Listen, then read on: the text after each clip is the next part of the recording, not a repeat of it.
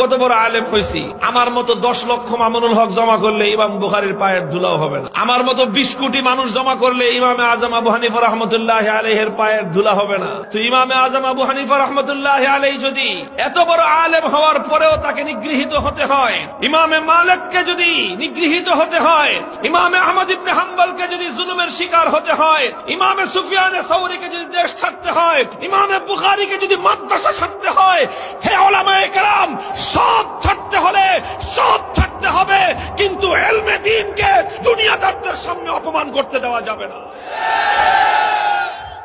সুফিয়ানে সাউরী রাহমাতুল্লাহি আলাইহি কত বড় মুহাদ্দিস আলেমরা জানেন, হাদিসের এমন কোন পাতা খুঁজে পাওয়া যাবে না যেই পাতায় সুফিয়ানে সাউরী থেকে হাদিস বর্ণিত নেই। ওনাকে দেশ ছাড়তে হয়েছে, নিজের জন্মভূমি। ইমাম বুখারী রাহমাতুল্লাহি আলাইহি ইসলামের ইতিহাসের আমিরুল মুমিনিন ফিল হাদিস, হাদিসের যুগের ইতিহাসের সম্রাট ইমাম বুখারী, তিনি নিজের মাতৃভূমিতে মৃত্যুবরণ করতে পারেন নাই। মাতৃভূমি ছাড়তে হয়েছে, দেশ ছাড়তে হয়েছে। শুধু দেশ নয়, যেই জায়গায় তিনি বুখারী শরীফ পাঠদান করতেন 90,000 ছাত্র ওনার কাছে পড়তো। 90,000 ছাত্র। শাসক খবর পাঠাইছে যে আপনার যেই বুখারী, আপনার যেই কিতাব, এটা দেখা যায় সারা দুনিয়ার সেরা নাম হয়ে গেছে আপনার, কাজে আমার ছেলেও আপনার কিতাবটা পড়তে চায়। তবে এই সমস্ত জনগণের সাথে গিয়ে 90,000 মানুষের ভিড়ে গিয়ে আমার ছেলে আপনার কাছে এই কিতাব পড়বে, এটা হয় না। আপনি একটা সময় করে আমার বাড়িতে এসে কিতাবটা পড়া দিয়ে যাবেন। ইমাম বুখারী রাহমাতুল্লাহি আলাইহি বললেন যে শাসক, যদি আমার কাছ থেকে হাদিস শিখতে হয় তোমার সন্তানকে, 90,000 মানুষের পাশে এসে লাইনে দাঁড়াতে হবে, তাকে রাজদরবার থেকে ধুলার মাটিতে আসতে হবে, আমার সামনে হাঁটু গেড়ে বসতে হবে, আমার কাছ থেকে হাদিস শিখতে হবে। ইমাম বুখারী হাদিসের ফেরি নিয়ে তোমার বাড়িতে গিয়ে টিউটরি করবে না। পছন্দ হলে তোমার ছেলেকে পাঠাও, আর যদি তোমার সন্তান সাধারণ জনতার কাতারে এসে আমার কাছ থেকে হাদিস শিখতে না পারে, ওর কপালে ইমাম বুখারীর ছাত্র হওয়ার গৌরব জুটবে না।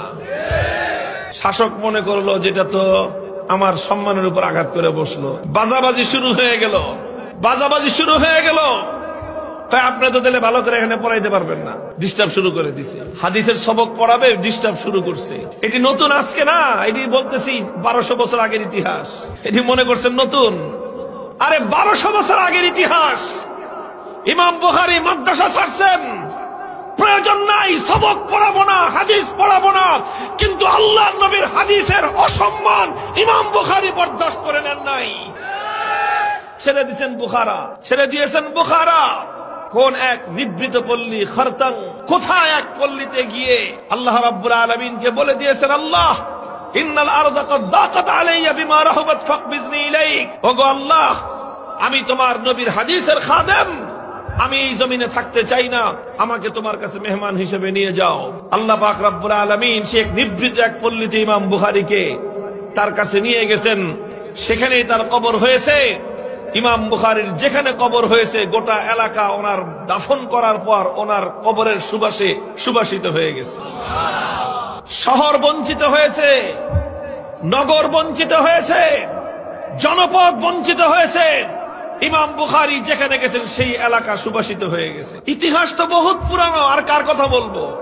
ইমামে আজম আবু হানিফা, ইমামে দারুল হিজরা ইমাম মালিক, ইমামে আহমদ ইবনে হাম্বল, ইমামে সুফিয়ানে সাউরী, ইমামে বুখারী, আর কয় নাম চান? কাজেই উলামায়ে কেরাম, আমরা যদি মনে করি যে আলেম হয়েছি, আমাদের জন্য সবাই শুধুমাত্র লাল গোলাপের পাপড়ি নিয়ে অপেক্ষমান থাকবে, আমাদের জন্য শুধু লাল গালিচা বিছানো হবে, সবাই আমাদেরকে শুধু সম্মান করবে, সবাই শুধু আমাদেরকে মর্যাদা দিবে, এটা যদি আমরা মনে করি তাহলে আমরা ইতিহাস জানি না।